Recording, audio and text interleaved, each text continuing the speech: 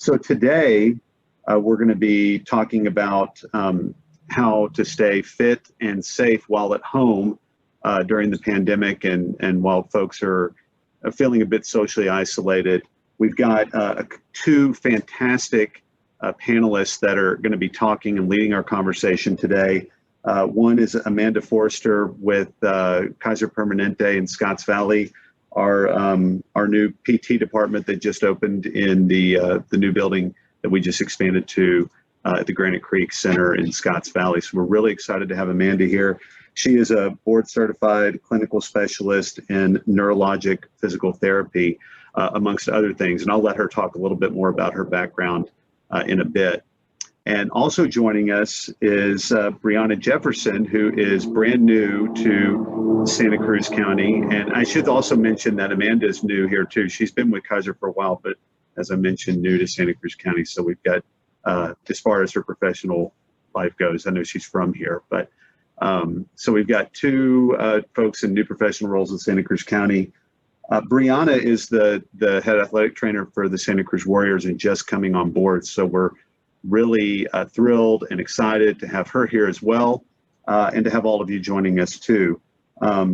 With that, I'm going to introduce Britt Bassani from the Seniors Council, who's going to talk a little bit more about the framing of the topic today, and then we'll go into the conversation from there. If you have any questions at all during the program, please feel free to jump in, interrupt any of us at any time. And you can do that live, or you can put something in the chat box as well. So with that, I'll hand it over to Britt.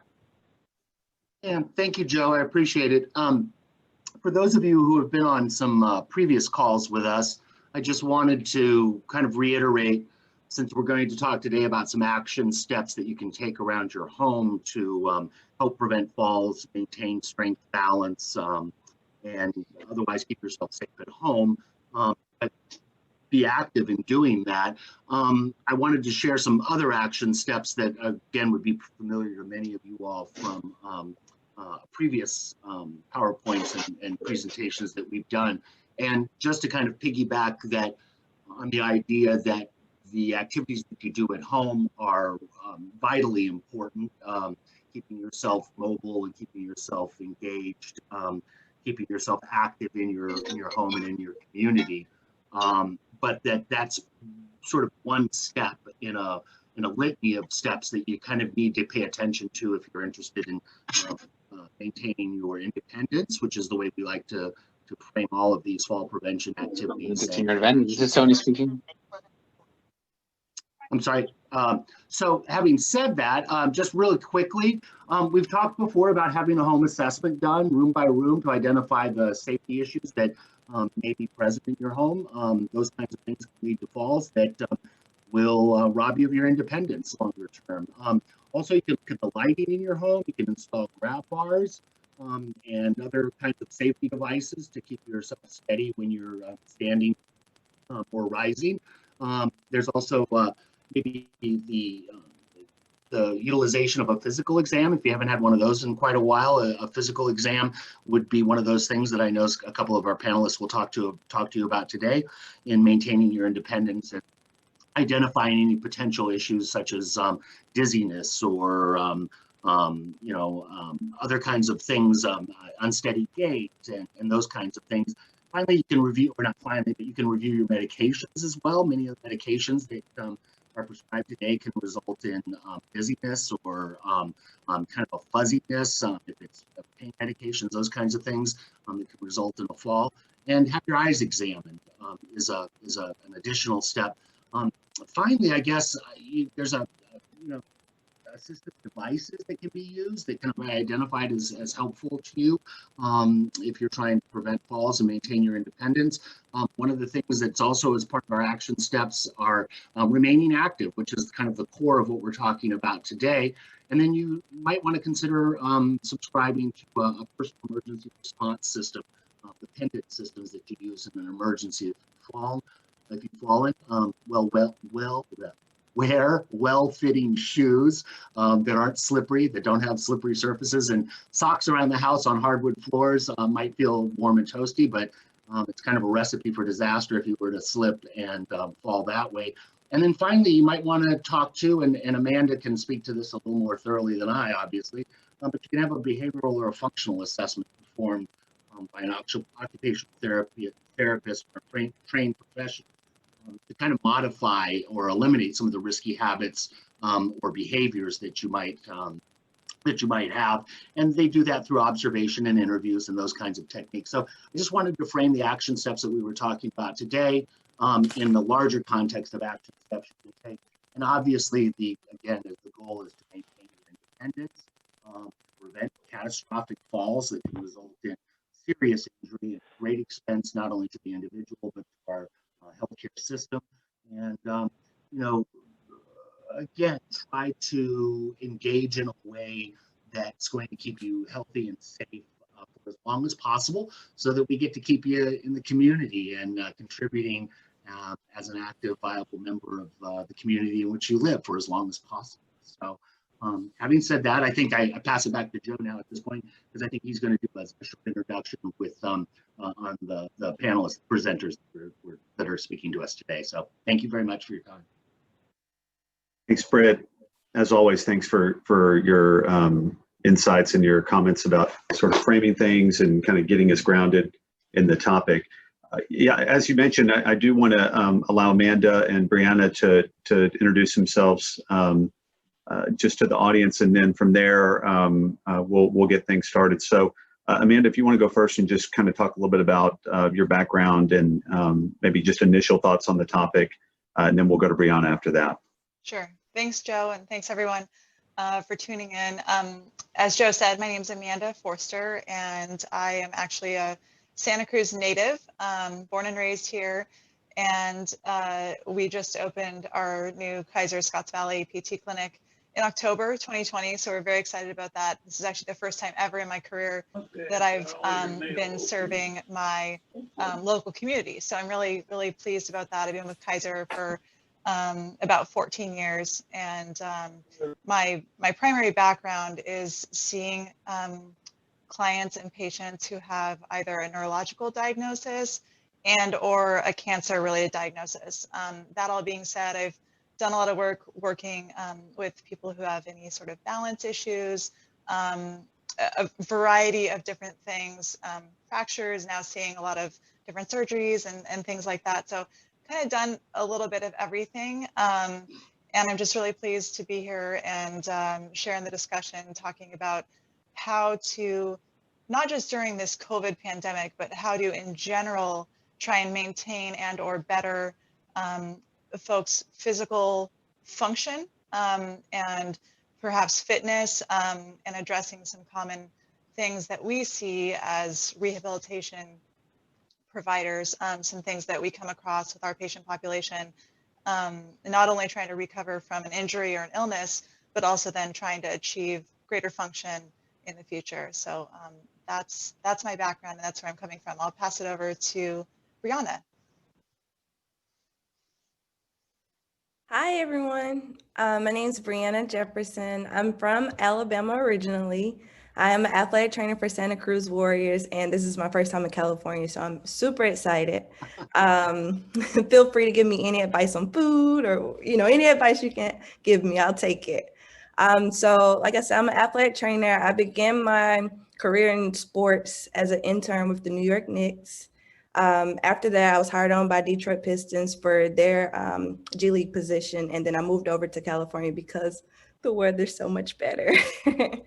My goal today is just to kind of, give you guys some advice of things that you could do at home and just kind of eliminate the excuse of being too busy, because a lot of these exercises you could do just sitting down or you could do laying in your bed. So that's what I want to kind of present to you all, and just staying active as possible.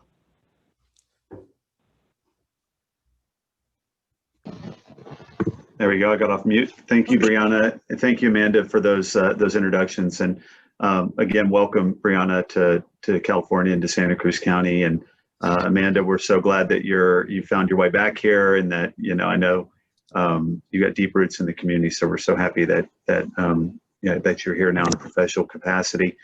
So with that, Amanda, if you could kind of start us off talking about, why, Britt gave us a little bit of a background, but why is this so important now? I think a lot of us have an inkling as to why we've selected this topic, but just kind of, bring it a little bit more into focus as to why this is such an important thing to discuss here and now. Right. So over the last 10 plus months, all of our lives have changed, more than we probably ever could have predicted, and in so many different ways. And a lot of the things that I'm noticing professionally, but then also personally for my own self, my family members and friends, is that what we used to do, XYZ, physical activity being one of the categories perhaps, has had to change. And for many folks, unfortunately, that has actually become something that is not possible for them to do in ways that they were doing prior to the COVID pandemic. And so once gyms closed and classes shut down and senior centers had to close and things like that, people's resources, especially for older adults, really shrunk down and or completely diminished, so that people are kind of left now, all these months later, thinking, oh my gosh, first of all, where did all this time go? I know we're all wondering that. But also, how do I get back to doing what I was doing in February 2020? How do I get back to doing things that I used to really enjoy, but now have lost sight of because my resources or opportunities to do those in the same way have gone away because they've had to change. And so what I'm seeing professionally is a lot of folks who have become less active just in general. So if they were going to, say, a Zumba class or a yoga class or attending a gym, they have kind of just stopped that, but not necessarily replaced it with something else. And so a lot of people that are feeling frustrated and feeling like maybe they're not as strong as they used to be, or concerned about their overall physical fitness and function. So we're concerned about that in the perspective of we know that if people are weaker and or not as active, that it can have some major health effects. And so that's one of the pieces, but then also not just the physical health components, but the mental and emotional health aspects of this that are just taking their toll on people. And I know that that's to be said for so many folks, but I think it's really hit the older adult population very hard as people have become a bit more isolated. And we know that exercise can provide so many benefits. And so we just want to talk about some very simple sort of components of exercise today that will be user-friendly for people to do at home, like Brianna said, with no equipment, a lot of times sitting down, laying down, simple things you can use around the house, etc. And so what I'd like to do is kind of start by giving a little bit of an overview of 4 major components of exercise. So people think of exercise and there's a lot of thoughts sometimes that go through people's minds about that. And so we just want to make sure that that concept, whether it's true exercise or it's physical activity, that we want to frame that in a way that is accessible to everyone, regardless of their ability level, if they have an injury or an illness or different movement challenges, that there's lots of things that we can do to move our bodies and try and optimize overall health. So I'm going to just go ahead and share my screen. I have a PowerPoint that I'm going to bring up here.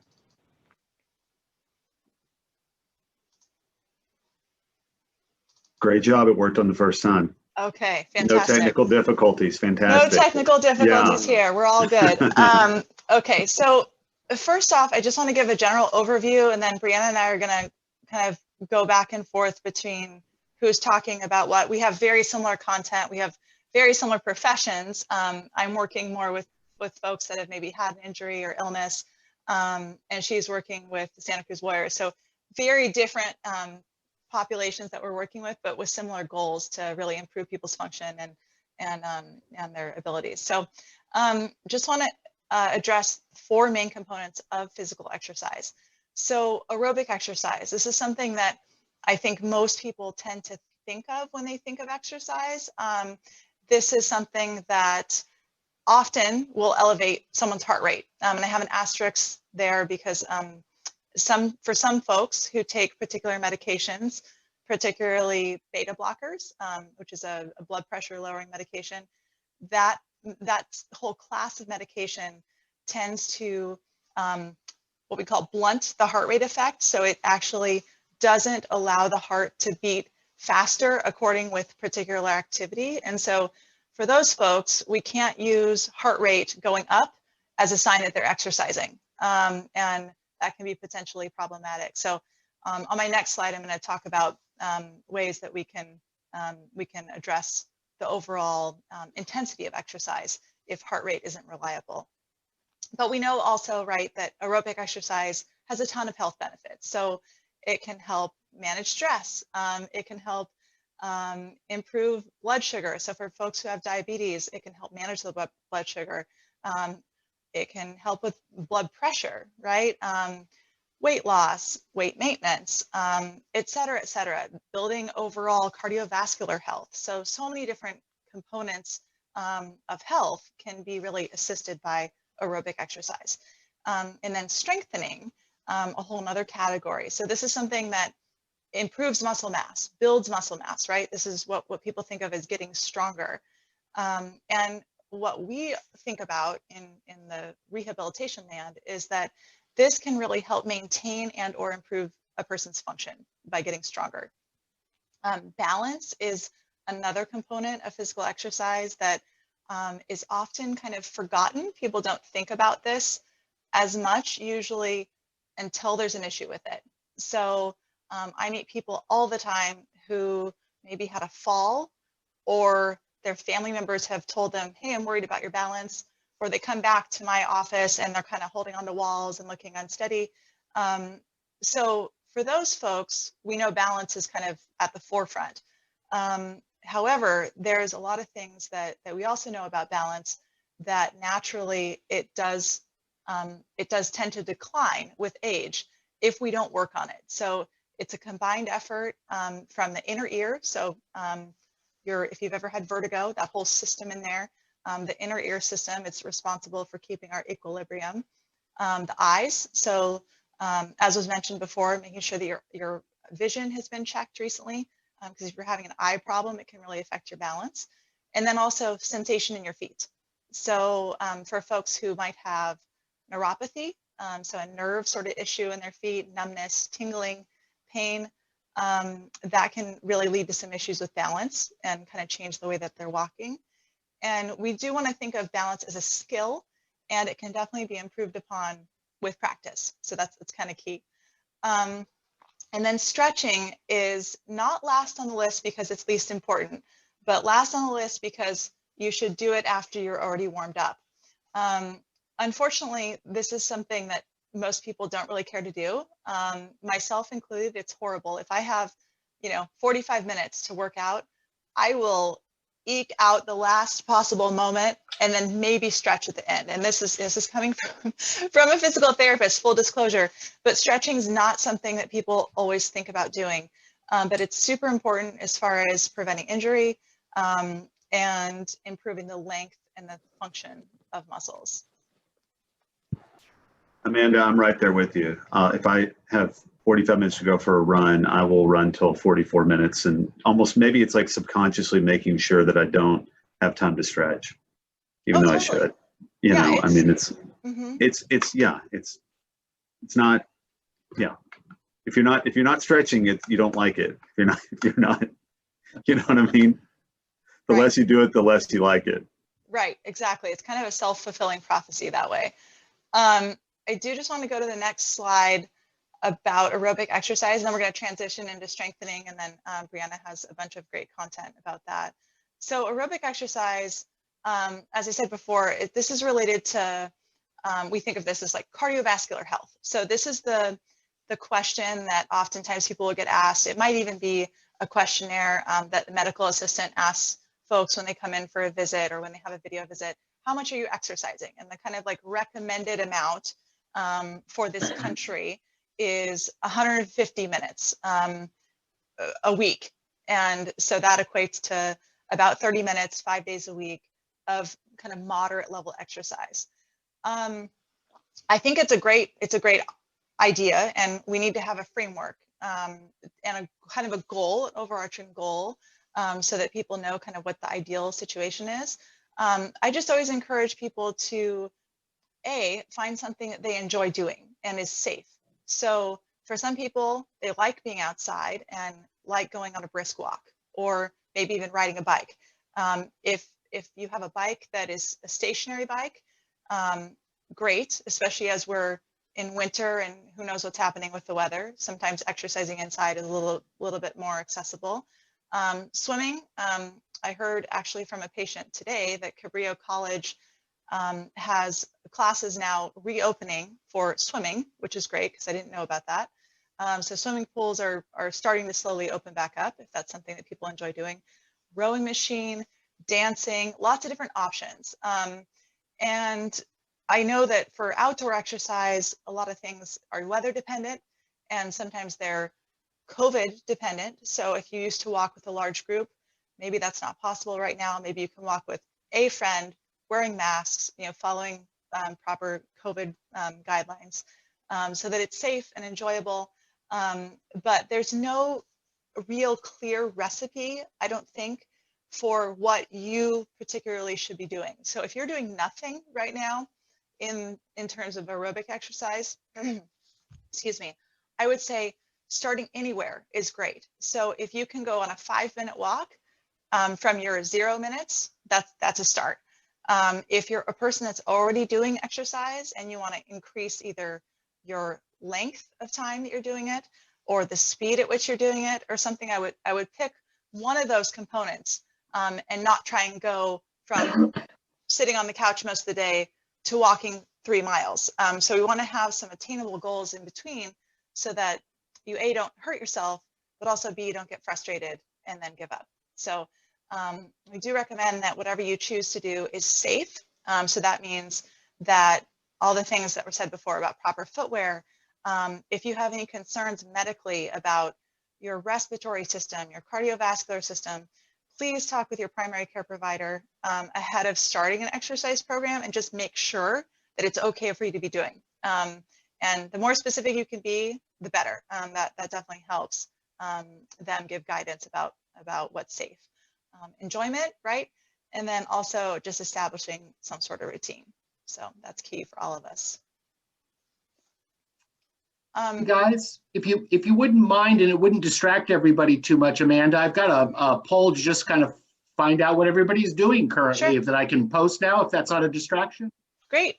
Okay, yeah, thank you. Mm-hmm.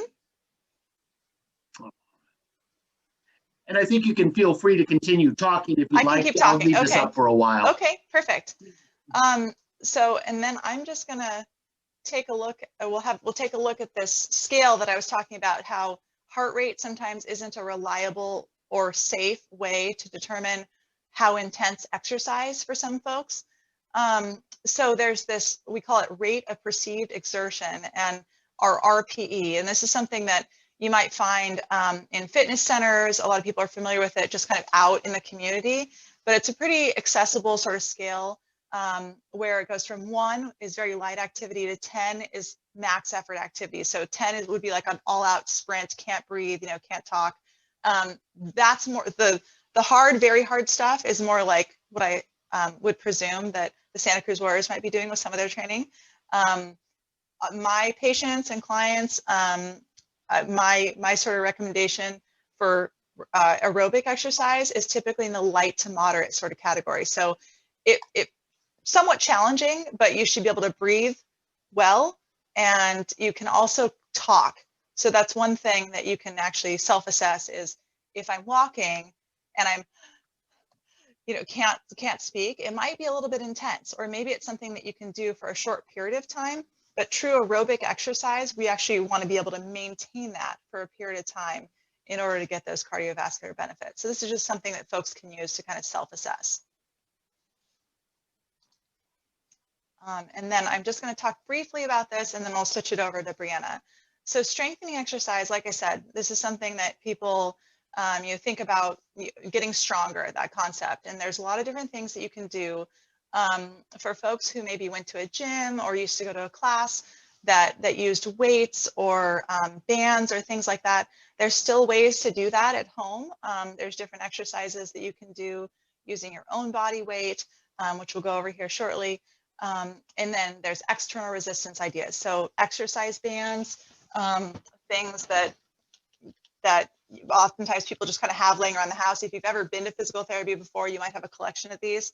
But there are things that you can hold or anchor and work on different muscle groups. Dumbbells. Some people have weight setups in their home, which great. And then also just household objects. So something as simple as like a can of food, which usually weighs around 1 pound. For folks who are not doing any sort of upper body strengthening at all, honestly, just doing like a simple sort of curl with cans of soup or up overhead, as long as there's no shoulder issues, out to the side. There's lots of different maneuvers that you can do with just a small amount of resistance that will help work on upper body strengthening, which has a lot of functional implications, but also can really help to maintain bone density. So that's one of the things we're concerned about a lot of times. People maybe who are doing some impact or weight-bearing exercise for their lower extremities maybe aren't doing enough for their upper extremities. And if they fall and have osteoporosis, oftentimes they'll fracture something. So we want to try and work on upper body strengthening as well. The recommended frequency of strengthening exercise is about 3 times a week. So this is one of the ones where you don't want to do it every day, or you certainly don't want to use the same muscle groups to do the same exercise every day, because muscles need a period of time of rest in order for them to recover and then ultimately get stronger. So this is something that you would want to do with repetitions, and it should feel challenging. So if you sit there and you're using your bands or you're lifting your cans of soup or whatever you're doing, and you can do 30 or 40 or more, and it's like no problem, then we need to figure out a way to make the exercise more challenging or find something else for you to do so it's actually doing its job. Okay, Brianna, can I pass it over to you? Absolutely, absolutely. Sorry, can you guys hear me okay? Okay, so I love everything that Amanda said. It was great information. And my biggest thing is make sure that it's okay with your doctor before you start a program, and always start small. So I made a presentation. I'm gonna try to share it with you guys so I can show you some exercises. Let me see if it'll do it for me. And if you have trouble with it, Brianna, we've got Clay or Britt. They have the file. They can bring it up too. Oh, okay, perfect. Is that okay if they bring it up for me? And then they can start at slide 3. Sure, I'll do my screen. Just a second. Okay. And just tell me when you want me to advance the slide, Brianna. Okay, perfect. Okay, hold on 1 second. Okay, and let me get in presentation mode here. All right. Can everybody see the, let's get moving? Yes. All right, let me see if I can't move this bar to get the slideshow up. And there you go. Perfect. And then going to slide 3. Sure. Sure, he says, thinking he can do this. Hold on 1 second. Yeah, no problem. And enter's not working. That's 2? Yep, that's 2. And then, all right, and there's 3. Perfect. Thank you so much. Sorry, guys, it wouldn't let me share. No, that's fine. So I just wanted to give you all some examples of at-home exercises that you can do. And like Amanda said, I like to split the workouts into different body parts. So I like to do lower body, upper body, abs. That way you can give each muscle group time to rest. And then I like to do these at-home exercises because it just kind of eliminates the excuse. And also, like Amanda said, you can use at-home items. So if you don't have weights or bands, that's okay. You can use water bottles, start small. You can use chairs to kind of assist you. So some of my favorite lower body exercises that you could do 3 sets of 10 of, and that will help build strength. Or for cardio purposes, like if you can't get outside and walk because it's raining, or if you don't have access to a track or a pool, you can do these for time limits. So you could do 3 sets of 30 seconds, 3 sets of 40 seconds as you progress along. But I would start small, maybe like 3 sets of 20 seconds first, and then build your way up. So some lower body exercises that you could do is squat to chair. So you can stand in front of your chair. Make sure you have a stable chair, one without wheels. And you can do your squat to chair, and you can do 3 sets of 10 of those. If you have stairs in your house, you can do step ups, 3 sets of 10. I like 3 sets of 10 because I know that you're getting the workout that you need and you're building strength. And you can do calf raises, which require no equipment at all. You just stand and raise up on your tippy toes. You can use the wall to kind of help you, or you can use a desk, something that's stable so that you don't fall. And then lying hip bridges. You can lay on your back, and you can just bend both knees and raise your glutes up, and then lower them down slowly. And make sure that you're controlling your breathing as you exercise. That's very, very important. Like, make sure you're breathing okay, because we don't want you to pass out. And can you go to the next slide for me? Sure. All right, and so here's pictures of what I mean with the squat to chair. You can stand with your hands in front of you, or you can put them on your hips for balance, whatever works for you.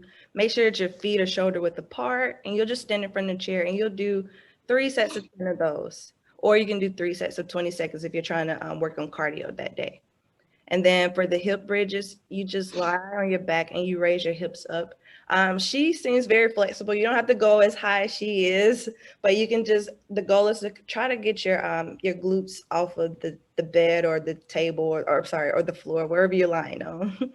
And then the step ups, you can use the stairs and you can hold on to the rail and just step up. Or if you have like a safe step where you can have like a handrail and just kind of step. And so then next slide. So some of my favorite abdominal exercises that you can also do that doesn't hurt your back or neck, because you don't have to worry about doing crunches and it still works that core. You can do the bird dog exercise where you're on all fours. And if you have knee problems or if you can't do that, then you can also do this exercise lying on your back, and you'll do opposite arm, opposite leg.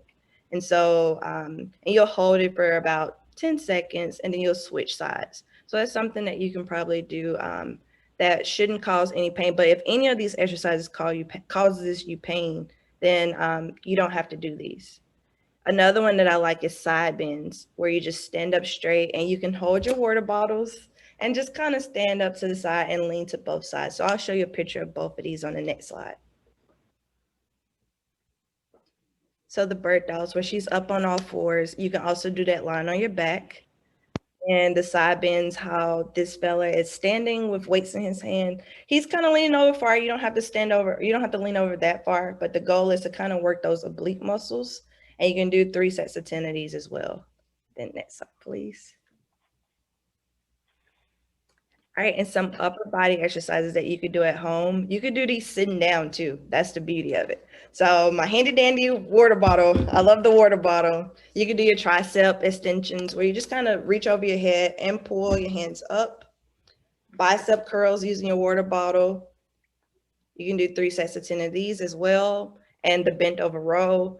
You can do this sitting down if you like, and just kind of lean slightly and raise your shoulder blades, like squeeze your shoulder blades together. Or you can do these standing with your feet shoulder width apart and doing the same thing. And then overhead press, the water bottles again. And you can just raise up. As long as it doesn't causes you pain and you don't have shoulder issues, then that should be fine. And so the next slide is just pictures of those exercises. Oh, sorry, I didn't add pictures. I'm sorry. So some stretching, like Amanda said earlier, make sure you stretch before and after exercise. It just helps to loosen up your tight muscles, and it just helps to like lengthen those muscles, because you don't want to start an exercise cold or feeling tight, because that would cause injury. So to eliminate the injury, start with some stretches. I like to do them before and afterwards. That's how I have my athletes go before we hit the court. Like, let's stretch, let's warm up. Make sure you're warm. Make sure that you're not cold before you start these exercises because we don't want to risk injury. So hamstring stretches, you could just stand, reach and touch your toes. If that's an issue standing, then you can also sit and reach and touch your toes, or you can sit on your bed and you can have one leg hanging off and one leg straight on the bed, and you can reach and touch your toes. And I like to do all of these for about 20 to 30 seconds. And then quadricep stretching, you can hold on to like a desk or something and pull your foot to your butt and hold that for 20 to 30 seconds. The tricep stretch and the bicep stretch is similar to the exercise that we just did, but you'll just hold it for about 20 seconds. So reach behind you and pull your hands. The butterfly stretch is what this woman on the picture is doing. And you can just kind of sit Indian style, open up your legs and use your elbows to push down your inner thigh. And then neck stretches, you could do these sitting down where you'll just use your hand to pull your ear to your shoulder, and you'll just hold that for a few seconds. And if you don't feel a stretch, you can use your other hand to kind of push down on your shoulder blade to give you more of a stretch. And you'll hold those for about 20 seconds and you'll do both sides. And then you can also look up and down to kind of stretch those neck muscles. And then wrist stretches, just pull your hands forward, like use your fingertips and just push towards you. And then you can also push down like so and hold that for about 20 to 30 seconds. And these are things, like I say, you could do sitting down. So when you're just sitting watching TV, you can just stretch out your wrists or your arms and your wrists, or you can either just stretch out your triceps, and then you can do these exercises in your chair. So it just kind of eliminates, I like to say, excuses for not working out. So it's always something that we can do to keep ourselves moving and active. And that's the goal. And then my favorite reason for exercising is that it just helps with chronic depression. And I know during this time is very, very sad. A lot of people can't see their family. We're trying to stay safe. And you know, it helps release those endorphins in the body and keep you happy and just motivated. And it always just reminds you that, you know, better days are coming and it keeps you in a positive mood. So, and I believe that's all of my slides. So if you guys have any questions, feel free to ask me anything. I'm interested, Brianna, in how elite athletes do it, but I'm interested in how they provide excuses for not working out. Oh, they always have an excuse for to not work out. There's always something coming up. But, okay, them too, huh? For them too, we have to just keep them motivated and just remember or remind them what's the goal, what are we trying to accomplish, and they usually get to it then. Right. Thank you. Can I stop the screen share now then, Brianna? Are you finished with that? You can stop it. Okay, great. When we started talking about this topic and pulling this together, one of the things that we kept coming back to, and Amanda and Brianna both touched on it, is just the motivation to get started and the sort of how should I start? What should I do? What can I do? I've mentioned on previous calls about my 84, almost 85-year-old mother-in-law who has been pretty much completely cut off from the world. I mean, she used to swim and do all sorts of stuff. She hasn't been able to do that. And every time we have one of these, I think about her, and I'm sure there are others on the call that think about folks they know, their loved ones who are also going through this during a very difficult time. And conversations like this, we hope.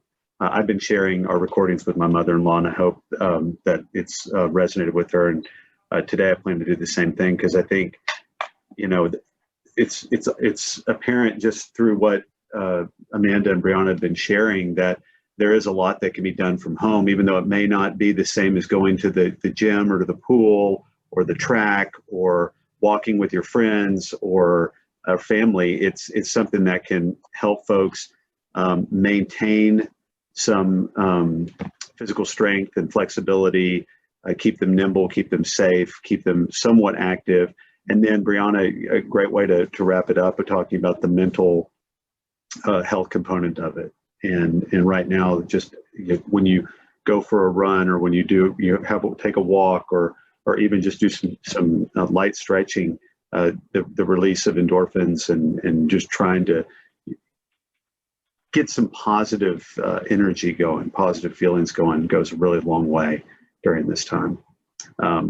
That's any other thoughts or questions or comments from folks? Joe, do you mind if I have a couple more slides, and then do you want me to go into the resource that aspect? Would that be okay?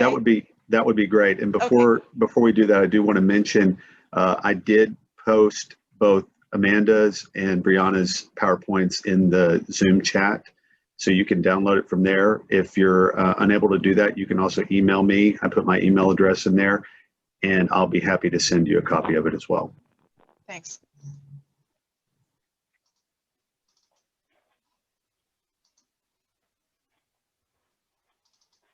Okay, so we talked a lot about strengthening exercises and stretching. Thank you so much, Brianna.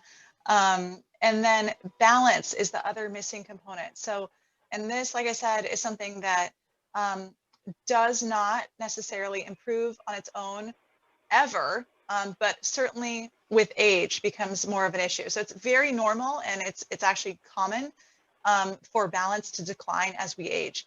And that's not to say as we reach a certain age. That just means that with time that we all become less balanced unless we work on it. So some common modes of balance related exercise that people think about, yoga is kind of the big one, and there's lots of different types. Tai Chi, Qigong, so some different sort of practices that sometimes people like to do, and there's a lot of different online resources for those right now. But a simple self-test that I recommend to people if they don't necessarily have a balance issue or they don't think they have a balance issue is, okay, well, can you stand on one foot? And I have people do this at the countertop or standing with their back in the corner, so it's totally safe. And the reason that we care about this is because oftentimes for people getting dressed, they are standing on one foot. So if you're standing and getting dressed or undressed, getting in and out of pants, you're on one foot. Going up a step, you're on one foot. There's lots of things that are functional that involve being on one foot. So that's why it matters for that safety and function. But a lot of people are shocked when they try this out and they realize that they have a hard time with it. So that would be a starting point for some folks for exercise. For people that already have a balance issue, there's a lot of different ways that balance can be worked on. And for some people, perhaps standing on one foot isn't the ultimate goal. Maybe that's not safe or that's not reasonable, and that's okay. But that for people who are ambulatory and overall healthy, standing on one foot is a good self-test. So we do recommend that people consistently practice, and you want to work on what is wobbly. So if it's super easy, whatever it is, that particular position or foot posture, then it's too easy and it's not doing anything to help. So we have to find a spot where you're a little bit off kilter. It's safe, but it's challenging. And so that's how balance actually improves, is working on that component. Is it okay if I address that poll that you guys sent? Yeah. Okay, so the poll results are out, and I think that's awesome. So it seems like the majority of people are doing some sort of walking, running, bicycling. So like the aerobic type exercise. And then the next group with the most participants is resistance training. So that's great. So that's strengthening. And then there's some people that are doing stationary biking at home, and then other folks that are doing some yoga type stretching things, and then overall house or yard work type activities too. So it doesn't always have to be exercise to count as physical activity. And we just want to address that. And it's good. If you're moving your body, then you're headed in the right direction. We want to try and just provide a little more guidance here today about some different things to consider. And then we did talk about stretching already, and so I'm not going to go over all this. But like Joe said, like we've all kind of felt this, is that no one really likes it, or maybe some people do. Some people do. I shouldn't say no one. Few people like this, unless they're really practicing yoga and they're very. Oftentimes, the people that like it are the people that are good at it. And for people that are not flexible or have discomfort with this, it tends to be the first thing to go. But I should say it's the thing that should definitely stay, especially as we get older. So there's a variety of different tools that can be used to help with that guidance. I mean, we've talked about a number of different things, but just even some home programs and some starting exercises and ideas. So Silver Sneakers, some of y'all may be familiar with that, but it's a program that actually for certain Medicare plans is free of charge. And so you can go on to this website, Silver Sneakers, and take a look. And there's a area on there that says determine my eligibility. And to click on that, input your information, and they would tell you if you're eligible to sign up. And there's all kinds of different programs on there, videos, different exercises that you can do, and it's really good. Back when we used to do things in person, they have classes in gyms, and so hopefully at some point that will return. Choose PT is a site that's run through my professional organization, the American Physical Therapy Association, and they have a lot of different resources on maintaining health and fitness for older adults, and so lots of things that are focused on so different modifications, some common issues that people might be having, and ways to strategize for exercise programs. And then the AARP actually has a really good website with a bunch of different videos and things for a variety of types of exercise. Oh, I wasn't moving enough. We have these motion lights in my room, and the light just turned off. I'm back. So the AARP, their website is actually pretty comprehensive, and most of the exercises that I've checked out on there are a little higher level. So this would be for folks who are already perhaps exercising, probably don't have a lot of pain or movement restriction, and I think most of them are for people who are ambulatory. I did find a couple of chair yoga things on there, so that was nice to see. And then the Seniors Council also has a bunch of resources as well, and you know, some of the folks here have talked about that, and we'll wrap it up with that. But there's a lot of resources out there. The tricky thing is just to kind of know where to look, and also to get that initial sort of motivation going so that you get started. And that's more than half the battle. Once you get started, then usually people start feeling a bit better, and then hopefully that will snowball and continue into some positive change. So. Thanks, Amanda. So my name is Ashley from the Santa Cruz Warriors. I know I'm familiar with a lot of you, but I wanted to reach out and see if anyone had any questions. Probably not for me, I'm not your best bet, but for anybody else on the Seniors Council or Kaiser. And if you do have questions, please feel free to put them in the chat, but also reach out to any of us whenever you need. And then two, I have to plug our Santa Cruz Warriors for our C-Dubs Classic that we get to team up with every single month with Kaiser. So the very last Monday of the month, we put out a video. Lately they've been virtual, obviously, but just things seniors can do. We've done chair yoga, we've done jazzercise. This month we are doing, we're teaching you how to salsa dance. So if anyone wants more information, please reach out to me, and I will actually put my email address in the chat, but we can send you other videos. They live on our YouTube channel. If anyone feels like busted a move and doing some jazzercise at home today, I'll send you the link. But if there's no questions right now, Amanda or Bree, if there's any last things you guys want to say, and then we'll have Rick wrap it up for us and put a bow on it.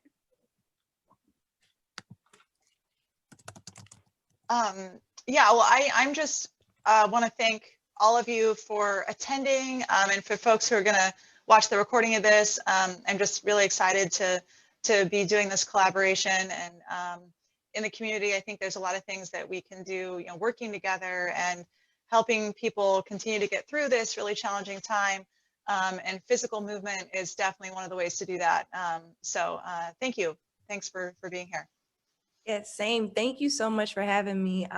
I'll put my email address inside the chat box for everyone. So if you have questions about exercises or any advice that you want, feel free to reach out to me. I love helping people. So whatever you guys need, just let me know. Well, I'll go ahead and wrap it up then.